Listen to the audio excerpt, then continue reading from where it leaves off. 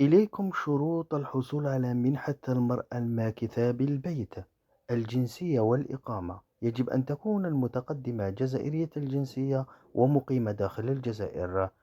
الفئة العمرية: يجب أن يكون عمر المتقدمة بين 19 و40 سنة.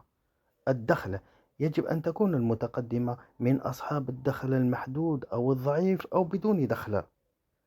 الالتزام والضوابط: يجب الالتزام بكافة الضوابط التي وضعتها وزارة العمل والتشغيل. التقدم عبر الموقع الرسمي: التقدم يجب أن يكون خلال موقع الوكالة الوطنية للتشغيل، وبعد هذا ويعد هذا الطريق الرسمي الوحيد، حيث تمثل هذه المنحة فرصة كبيرة لتحسين الوضع المالي لكل النساء الجزائريات.